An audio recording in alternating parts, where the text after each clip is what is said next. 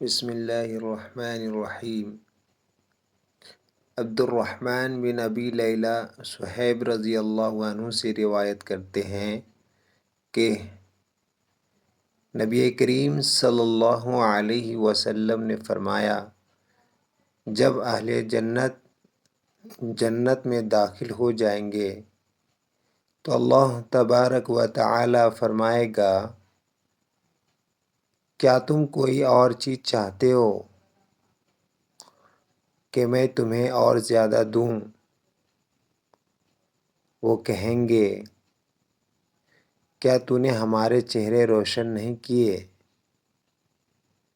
کیا تو نے ہمیں جنت میں داخل نہیں کیا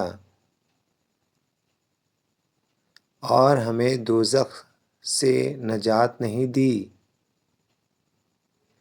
آپ صلی اللہ علیہ وسلم نے فرمایا، پھر اللہ تعالی پردہ ہٹا دے گا تو اس وقت انہیں جو سب سے زیادہ محبوب نعمت ملے گی وہ اپنے رب عز و جل کا دیدار دیکھنا ہوگا۔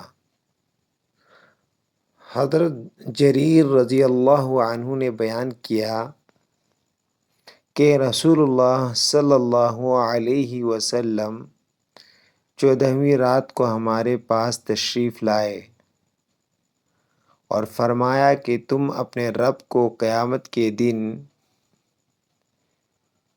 اسی طرح دیکھو گے جس طرح اس چاند کو دیکھ رہے ہو، اس کے دیکھنے میں کوئی مزاحمت نہیں ہوگی، کھلم کھلا دیکھو گے۔